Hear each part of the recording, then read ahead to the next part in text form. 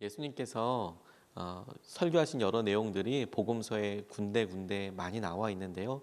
그 중에서도 엄청 유명한 말씀 중에 하나가 마태복음 5장서부터 7장까지 이어지는 내용입니다. 처음에는 산상수훈으로 시작이 돼서 주님께서 여러 분야에 대해서 이렇게 해라, 이런 일이다, 이게 하나님의 뜻이다, 이제 이런 이야기를 5장서부터 7장까지 이어가십니다. 구체적인 여러 일들, 상황에 대해서 이야기하시면서 6장 말미에 그 모든 일들에 대해서 너희들 염려하고 걱정하지 말고 이렇게 해라 라고 하신 말씀이 오늘 우리가 읽었던 말씀입니다. 주님께서 하신 말씀 중에 설교 내용 중에서 중간에 아주 핵심적인 내용 중에 하나입니다. 근심과 걱정을 하고 살아가는 사람들에게 어떻게 살아가야 할 것인지를 알려주는 말씀이라고 붙잡게 됐습니다. 우리가 재정 문제를 놓고 마주하게 되면 재정적인 것 때문에 생기는 염려와 걱정이 만만치가 않을 뿐더러 가만히 한번 우리 마음속에 내가 뭘 염려하지, 뭘 두려워하지, 뭘 걱정하지 라고 생각하는 일들이 하나로 이렇게 귀결되는 것을 보면, 그래서 이게 무슨 문제냐라고 따라가 보면 결국 돈 문제 아닌가, 이 걱정과 두려움이.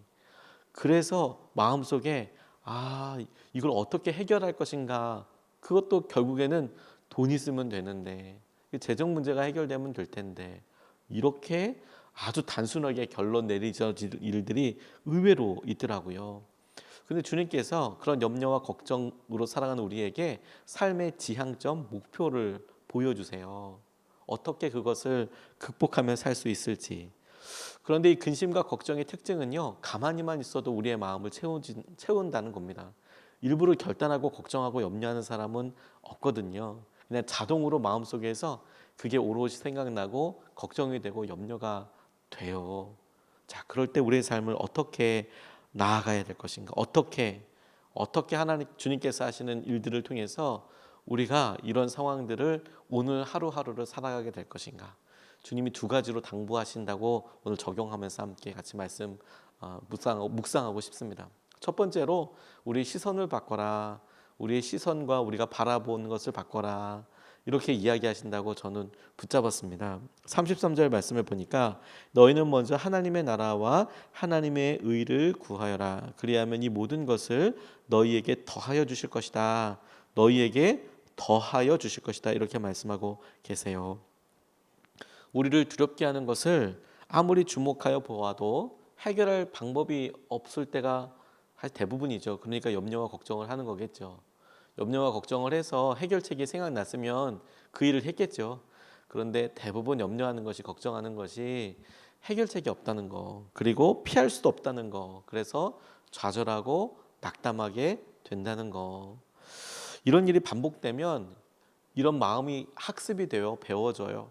그래서 이런 문제 앞에 있을 때 무기력감에 빠지기도 합니다. 안 되나 보다. 이런 생각들을 의외로 쉽게 하게 돼요. 그래서요, 여러분들은 지금 이곳에 기도하러 나오시지만 우리 마음속에 이런 반복적인 재정적인 문제로 내가 기도해야겠구나 라고 생각하는 게 한 발자국 한 걸음 같잖아요. 근데 그거 한 걸음 내리기가 그렇게 힘들어요. 본인이 뭔가 할 수 있다고 생각할 때까지는 절대 기도하지 않거든요. 근데 정말 어렵고 하다 안 되면 그렇게 기도하러 나와요. 근데 그 전까지는요, 아이고 안 되구나. 이렇게 어려운 것은 관계가 좋아야 되는데, 관계가 좋으려면 뭐 이 문제가 해결돼야 되는데, 그 문제가 해결되려고 하면 돈이 있어야 되는데 돈이 없기 때문에 요즘 관계가 안 좋고 계속 이제 이게 맴 도는 거죠. 그럴 때 그걸 우리가 그대로 학습하게 된다고요. 계속 우리의 고민과 염려가 계속 맴 돌아버리게 돼요. 돌아요. 순환하게 돼요. 제가 참 귀하게 같이 교제하는 목사님 중에서 저희보다 1년 앞서서 개척하신 목사님이 있는데, 개척을 했을 때 전도를 하고 같이 여러 성도님들과 할 때 너무너무 재밌고 행복하게 목회를 하셨대요. 그런데 몇몇 교회들이 혹은 많은 교회들이 겪는 안타까운 일을 그 교회에도 걷게 이제 그 길을 가게 된 거예요. 처음에 이렇게 모여서 열심히 하고 전도하고 그러다 보니까 성도님들이 이렇게 오시더래요. 그래서 너무 행복하게 속회도 하고 모임도 하고 즐겁게 그렇게 하셨대요. 그런데 그냥 잘 그렇게 행복하게 가는 것 같더니 어느 날 성도님 두 가정이 서로 다투시더래요. 크게 다투시더래요. 안타깝죠. 둘 다 말이 분명히 맞을 텐데 그렇게 다투시더니 한 가정이 훅 교회를 옮기시더래요. 너무 마음이 아팠죠. 그런데 그렇게 하다 보니까 분위기가 이상하잖아요. 그런데 떠난 가정과 친밀했던 가정이 또 그러더니 교회를 옮기더래요. 두 가정이 갑자기 이제 싹 사라졌죠. 그러고 나니까 싸움을 함께했던 분도 그 떠났는데 자기도 이거 너무 힘들고 어렵다고 또 떠나더래요. 그리고 그 가정과 또 친밀했던 한 가정이 또 떠나더래요. 그 네 가정이 중심적으로 같이 재밌게 목회하던 그 가정에서 훅 떠나버리더래요. 그러니까 개척교회에서는 8명이 그리고 아이들까지 포함하면 10명이 넘는 아이들이 가정이 이렇게 옮긴다는 건 너무 큰 타격이잖아요. 그러니까 밤에 잠이 오지 않더래요.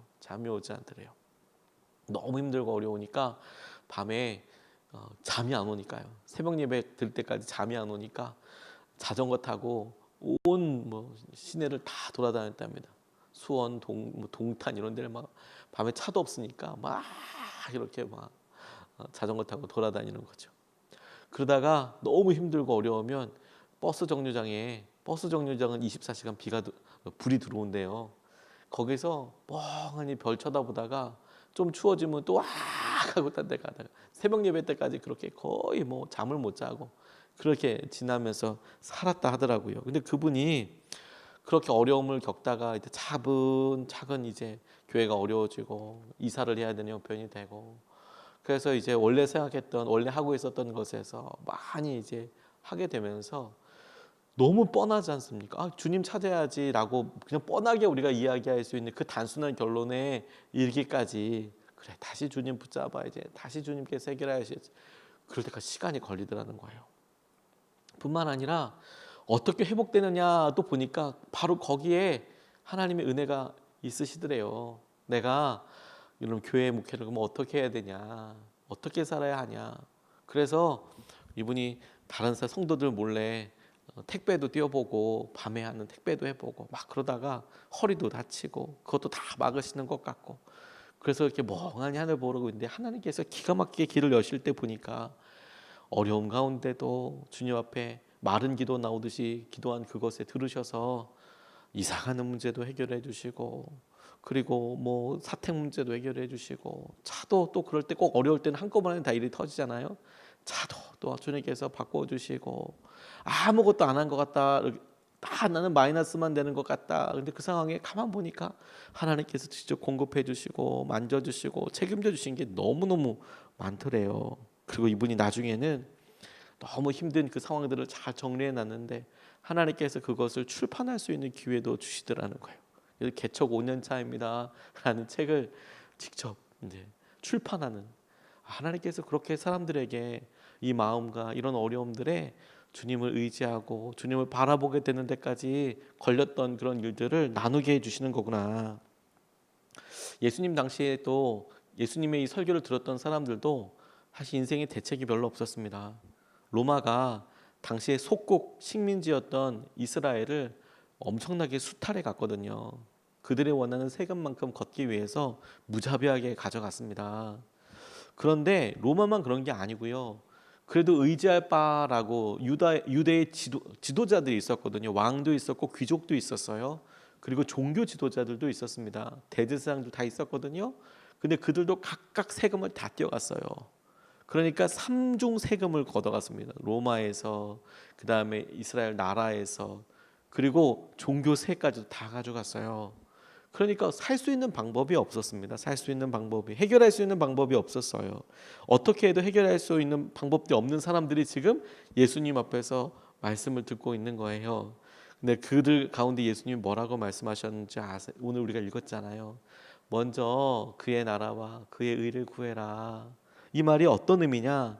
너 먼저 걱정하고 염려 거기에 중심을 두지 말고 너의 시선을 하나님의 나라 하나님의 의 거기에 두어라. 먼저 너의 중요한 것을 너의 마음의 중심을 하나님의 통치와 하나님의 의에 두어라. 하나님의 나라를 구하라라고 이야기할 때 하나님의 나라는 하나님의 통치, 다스림이란 뜻과 관련이 있어요. 영어로 킹덤이라고도 번역이 되지만 어, 헬라어로 바실레이아라는 표현을 쓰거든요. 바실레이아 투테우, 하나님의 다스림이란 뜻이에요. reign이란 영어 단어로 직역되기도 합니다. 주님의 다스림을 네가 주님께서 다스리는 세상이 주님의 법이 다스려지는 세상을 위해서 주님의 뜻이 이루어지는 것을 위해서 네가 먼저 그것을 집중하며 살아라. 이상하죠? 염려와 걱정의 중심이 되는 재정과 지금 형편에 대해서 주님께서 직접적인 답을 주지 않으셨어요. 이유는요, 우리의 시선이 온통 그 문제를 보고 있고 작은 문제라 할지라도 엄청나게 크게 느껴지고 있는 상황인데 일단 그런 상황과 그런 시선에서는 무슨 얘기를 해도 그것보다 더 큰 문제는 없어 보이거든요. 주먹 하나를 이렇게 쥐고요, 이것을 이렇게 보면 그냥 주먹만 하지만 이걸 얼굴 가까이 대면 이 주먹 하나로 산 하나도 가리고도 남아요. 큰 하늘 하나도 가리고 남아요. 주먹인데요, 멀리 두고 보면 주먹이지만 가까이 보면 세상을 가릴 수 있다니까요. 하나님을 바라봐라. 하나님을 바라봐라. 먼저 하나님의 뜻과 하나님께서 하시는 것들을 보아라. 그러면 하나님이 하시는 일들을 보게 될 거예요. 브레이즈 파스칼이라는 프랑스의 철학자가 팡세라는 책에서 이런 이야기를 했습니다. 내가 망원경을 들고 하늘을 보면 별이 보이지만 눈을 감고 하늘을 보면 하나님 나라가 보인다. 저 이 표현이 너무 마음에 들더라고요. 우리가 망원경으로 하늘을 보면 별이 보이지만 눈을 감고 하늘을 보면 하나님 나라가 보인다. 우리의 마음속에도 마찬가지예요. 오늘도 우리에게 계속 주시는 여러 염려, 걱정거리들, 주님은 단박에 이렇게 말씀하실 거예요. 먼저 하나님 나라와 의를 집중해라. 하나님은 어떤 일을 하시는지, 어떻게 일하고 계시는지를 주목해봐라. 그러면 이미 일하고 계시는 하나님을 보게 될 거예요. 그게 우리가 중요하고 커다랗게 보이다는 것들을 하나님이 하시는 일 가운데 이게 얼마나 이게 아프고 힘들 수는 있지만 하나님 어떻게 해결하시는지를 우리에게 보게 하시고 알게 하신다. 이런 도전이라고 붙잡았습니다.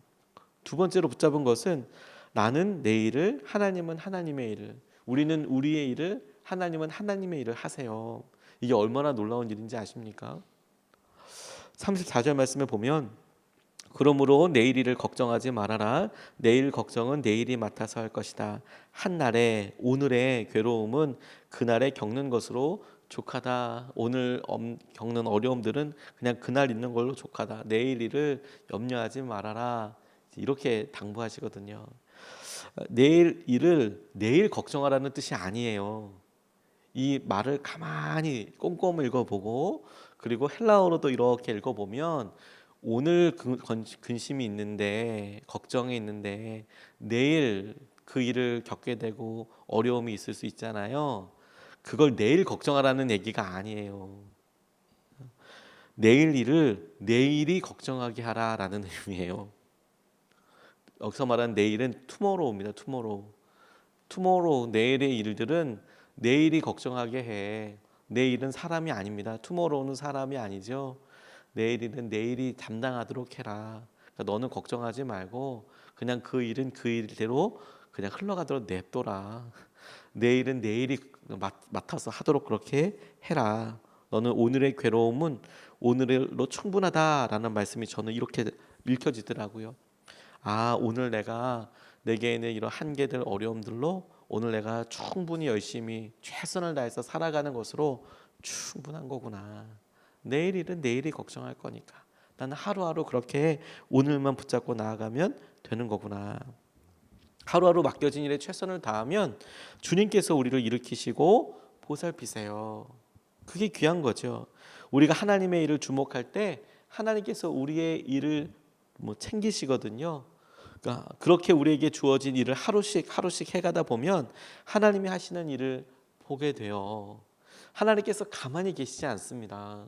하나님께서 지금 열심히 이 세상에서 일하고 계세요. 하나님의 뜻을 이루고 계세요. 하나님의 커다란 그림을 쉬지 않고 이루고 계세요. 그런데 우리가 우리의 어려움과 우리의 근심 걱정 때문에 하나님이 하시는 일들이 안 보이거나 작아 보이거나 느끼지 못하는 거예요. 그런데 여러분, 나중에 우리가 주님께서 이런 일 하셨구나 라고 고백하고 깨달아질 때 보세요. 너무 놀라운 게 뭐냐면 야, 이런 일들을 이렇게 오랫동안 우리 주위에서 이렇게 가깝게 일하고 계셨구나라는 것을 깨닫게 되잖아요. 하나님 나를 위해서 그런 일을 하셨구나. 그런 놀라운 일들을 이루고 계셨구나. 그거 알게 되고 깨달아지는 게 하나님께서 우리에게 은혜를 부어주시고 눈을 열어주실 때잖아요. 내일 일은 내일이 걱정하게 해라 라는 뜻이 저는 그렇게 다가왔어요. 아, 그렇구나. 하나님 우리 가운데 일하시는데 우리가 아직 연약하고 아직 우리가 부족해서 내게 맡겨진 일, 내가 내 맡겨진 일을 열심히 하고, 그렇게 내게 맡겨진 열심히 할 수 있는 일은 할 수 있는 이유는 하나님께서 당신의 일을 정말 홀이라도 변함없이 열심히 이루고 계실 테니까, 하나님 나라를 위해서 이루고 계실 테니까 나는 그분이 하시는 일을 바라보고 신뢰하고 믿어서 내가 하는 일들을 열심히 그대로 수행하고 이끌어가는 거, 그게 은혜인 거예요. 그게 충만함인 거죠. 56회 백상예술대상에서요, TV 부분 남자 조연상을 타신 오정세 씨라는 분이 있더라고요. 요즘 드라마인데 사이코즈만 괜찮아에서 형 역할하는 분이 이렇게 지난번에 이렇게 백상예술대상에서 조연상을 받으셨더라고요. 근데 이분이 인터뷰하는 것을 우연히 이렇게 보게 됐습니다. 상을 받게 된 것은 동백꽃 필 무렵이라는 드라마가 있었대요. 사실 전 한 번도 보지는 못했습니다. 근데 동백꽃 필 무렵이라는 드라마를 통해서 남자 조연상을 받게 되는데 백상예술대상에서. 근데 이분이 이렇게 인터뷰를 하시더라고요. 자기가 그동안의 드라마나 영화 같은 거 뭐 다 이것저것 해보니까 100편 정도 출연했더래요. 유명한 배우는 아니지만 그래도 다 이렇게 들어간 거 보니까 100편 정도 이렇게 했대요. 근데 어떤 것들은 정말 폭망하기도 하고요. 어떤 것들은 그래도 좀 알려지기도 하고요. 어떤 것들은 대박이 나기도 했대요. 물론 본인이 조연이기 때문에 대박이 됐어도 뭐 자기랑은 별로 상관이 없겠지만, 그러니까 어떤 것들은 진짜 폭망하고 어떤 것들은 알려지지도 않고 묻혀지고 뭐 이런 것들이 많더라는 거죠. 그러면서 자기가 다른 사람들의 입을 비워서, 그래서 사람들은 그렇게 열심히 사는 사람들은 불공평하다고 생각하는 것 같다. 본인 이야기겠죠. 세상은 참 불공평해. 왜 안 되나? 왜 나는 되는 일이 없을까? 이런 생각들을 하게 될 것 같다. 아마 전 본인의 생각이었을 거라는 생각이 들더라고요. 그런데 이분이 그 상 받는 자리에서 그렇게 이야기하더라고요. 덤덤하게. 그래도 자책하지 않고, 나를 내가 다른 사람들 바라보지 않고 하루하루 그냥 열심히 살다 보니까 어느 날 동백꽃 필 무렵 만나게 되더라고요. 그게 참 마음에 와서 닿았어요. 그냥 열심히 내가 그냥 한 것과 상관없이 열심히 하다 보니까 어느 날 동백꽃 필 무렵 같은 드라마도 하게 되고, 그래서 이렇게 상도 받게 되고 그렇게 되는 것 같더라. 오랜 무명 기간 동안에 있었던 본인의 마음과 생각을 이렇게 나누는 것 같아서 너무너무 저는 되게 마음이 따뜻해졌어요. 장거리 달리기를 뛸 때, 마라톤을 뛸 때 언덕을 만나게 됩니다. 언덕을 만나게 될 때 주법이 달라져요. 달리는 방법이 달라져요. 달리는 방법을 주법이라고 이야기하거든요.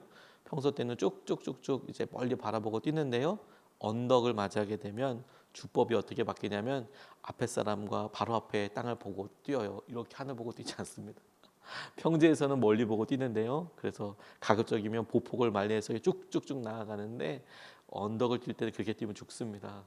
멀리 안 보고요. 바로 앞만 보고 뛰어요. 한 걸음만 뛰면 되거든요. 그렇게 뛰어서 언덕 넘어가는 거예요. 그러면 힘들었다 싶지만 언덕이 있으면 내리막도 있잖아요. 내리막 때 훨씬 빠른 속도로 내려갈 수 있어요. 언덕으로만 해서 끝나진 않거든요. 언덕을 올라갔다가 다시 내려갈 때 저 멀리 보이는 목표, 저 멀리 보이는 꼬린 점을 향해서 뛰면 되는 거예요. 우리 삶에서 잘 안 되고 어려울 언덕을 만날 수 있죠. 그때는 바로 앞에 앞사람 뒤꿈치나 그리고 내가 밟아야 될 바로 몇 보 앞에만 보고 열심히 뛰면 되는 거예요. 그럼 하나님께서 하시는 놀라운 은혜를 경험하게 돼요. 내일 일은 내일이 염려하도록 냅두세요. 오늘은 주님의 일 생각하고 우리 일은 우리가 하고 하나님은 하나님의 일을 하시고, 그래서 하나님 가운데 놀라운 은혜의 뜻이 이루어지게 되는 것을 우리가 함께 보게 될 줄로 믿습니다. 오늘 두 가지 말씀 같이 나눴어요. 하나, 시선을 바꿔라. 오늘 우리가 기도하러 나온 것이 바로 그것 때문에 나온 겁니다. 아침에 눈 떴더니 힘들고 괴롭고 오늘도 만날 일들이 있을 수 있죠. 근데 거기서 시선을 과감하게 띄어서 오늘 하나님께서 우리 가운데 이루실 일을 보자고요. 하나님의 일을 보자고요. 먼저 그 나라와 하나님의 뜻을 보자고요. 그러면 여러분 하나님께서 하시는 방법, 하나님께서 해결해 가시는 방법을 보게 될 거예요. 어떻게 할지 머뭇머뭇대고 한 발도 내디딜 수 없을 것 같다가 아니요, 하나님께 시선을 돌리는 순간 적어도 우리가 할 수 있는 기도, 적어도 우리가 할 수 있는 순종, 적어도 우리가 할 수 있는 나눔, 적어도 우리가 할 수 있는 예배가 차례차례 막 보이게 될 거예요. 두 번째로, 그럴 때 주님께서 우리에게 주신 당부대로 내일 일은 내일이 걱정하게 하는 거잖아요. 내일이 걱정할 거예요. 우리는 오늘 우리가 맡겨진 일에 최선을 다해요. 내일은 주님은 우리를 다 살피고 계시니까 하나님께서는 하나님의 일을 이루실 거라니까요. 그 일을 붙잡고 우리 같이 두 번 나눠서 같이 기도하겠습니다. 첫 번째,